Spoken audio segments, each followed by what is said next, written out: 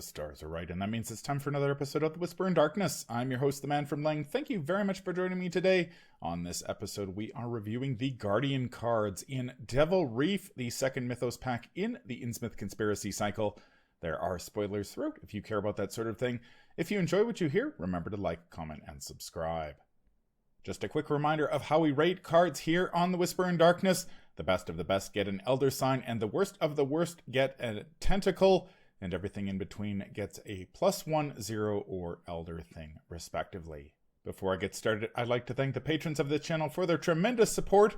The Arkham Horror LCG community is amazing, and these people have gone above and beyond to bring you content like these player card reviews.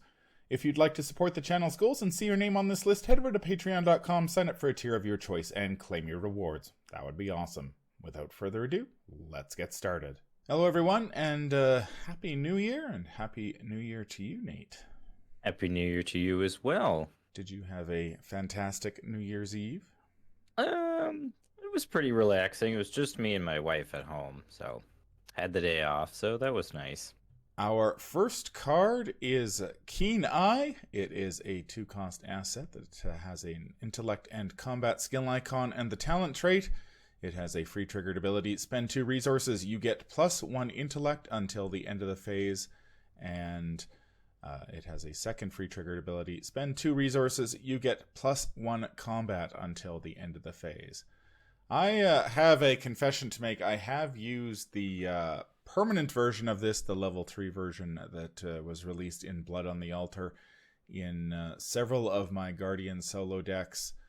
It is not the main component of my investigation package, but it is always nice to have in a pinch because it can be the difference between passing an intellect skill test while investigating. But I have to admit that this card is probably either tied or slightly below Blood Pact for the least used of the Blood on the Altar permanents. Yeah, I would probably be inclined to agree with you, Man from Lang. I think this card's pretty decent. If you can make multiple tests in a turn, this can be pretty useful. That being said, it is pretty pricey at 4 resources, even to get any sort of benefit out of it. And the icons don't really save it either. Well, it does provide you at least one of the 2 icons you probably want in a Guardian deck. Unfortunately, it's probably likely that you're going to commit something else as well.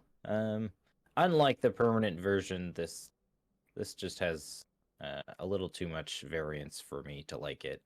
Yeah, I think it is a very pricey way of boosting either your intellect or your combat. I guess the nice thing about this one is that it does not cost any experience points, so that makes it an option for off-class Guardians and the Dunwich Investigators, which they couldn't take the permanent version. But this one is an option for them if they wish to go that way. But it is a very expensive way of pumping your intellect or combat. It is nice that it lasts until the end of the phase at least. So if you're able to set up a turn where you need to investigate 3 times or fight 3 times in a row, then you can get a little bit more value out of this than you can if you were just pumping it, say pumping your fight with physical training. How would you rate this card? I think I'd give it an Elder thing. I think it's just too expensive for most Guardians that already have problems with resources to be able to get much use out of this card. Yeah, the resource issue is a big deal for Guardians. Yeah, I think I have to give it an Elder thing as well, simply because the price on this is a little too high, I think, for Guardians. And not saying that it's not. There are some investigators who will be able to get some use out of this card, but I think generally, while I I will purchase the upgraded version for Guardians if I'm playing solo. I don't see myself including this in the deck, at least at the beginning of a scenario or a campaign. If I want something like this, I'll wait till I can purchase the permanent version and not have to pay the two resources on top of all the other resources that you're going to spend to boost your intellect or combat. The second Guardian card in the pack is Radiant Smite. It is a 1-cost event that costs 1 experience point. It has willpower and combat skill icons, the spell, spirit, and blessed traits. Fight, you may use willpower instead of combat for this attack. When you initiate this attack, search the Chaos Bag for up to 3 blessed tokens and seal them here. For each blessed token sealed on Radiant Smite, you get +1 skill value and deal +1 damage for this attack. If this attack defeats the attacked enemy, return the sealed tokens to the token pool.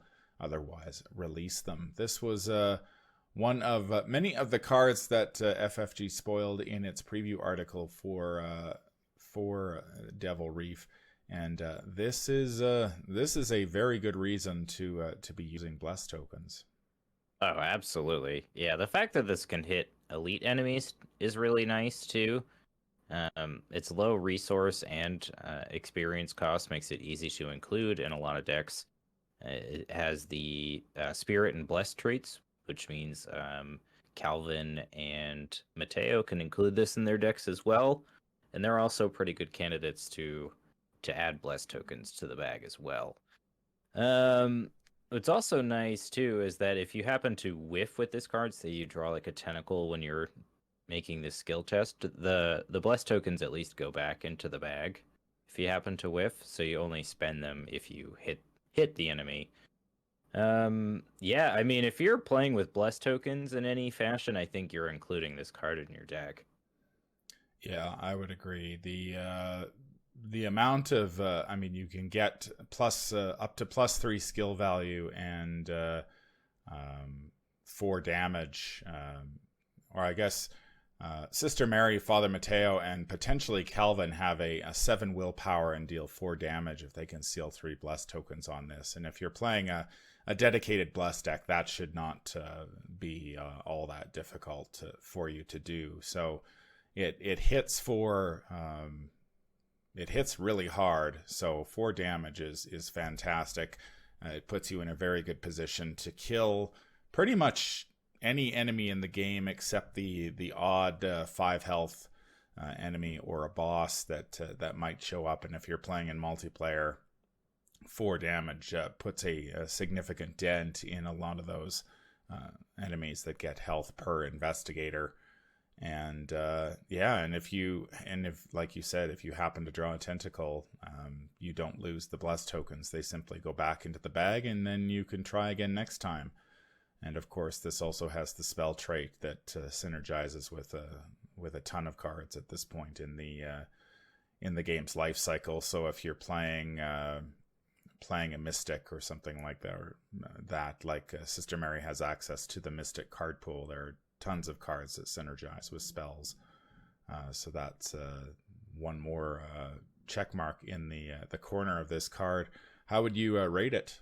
I'm debating between a +1 and a 0, and my reasoning for that is that you have to build your deck around a card like this. Like, this isn't as like a slap-in staple, probably like most weapons are.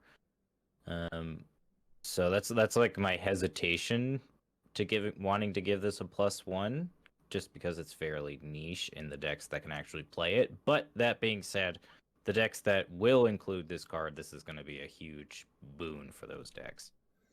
Yeah, I think I'm going to go +1 on this in the Bless deck. I think if you've taken the time to build your deck around the Bless mechanic, then and you have the option to buy this card, that for 1 experience point, you really can't go wrong with a card that can boost your willpower to 7 and deal 4 damage. That's going to do it for our review of the Guardian cards in Devil Reef. Bit of a mixed bag here. We have Keen Eye, which is the upgrade, I guess, downgrade for the permanent from Blood on the Altar and Radiant Smite. which is an excellent event if you happen to be playing the Bless deck. I don't really see myself playing Keen Eye level 0 anytime soon, even though I have had some success with the upgraded version. Radiant Smite, on the other hand, I think if and when I get around to finally building a Bless deck, this one will be front and center once I'm looking to spend XP. Yeah, like you said, Keen Eye is just a little too expensive to want to include it in most decks. It's also just a very minor effect to begin with, so it's not something that's very flashy. So I think you're going to just find that you want other cards over this when you build a level 0 deck. I think that being said, though, the level 3 version is a bit of an underrated card overall, so I would be looking to include that in more decks, I think, because it is pretty good. And then, like you said, Radiant Smite is an excellent card if you're playing with Bless tokens in really any fashion. If you can seal them up and hit a huge burst of damage against a boss, you're gonna be looking pretty good.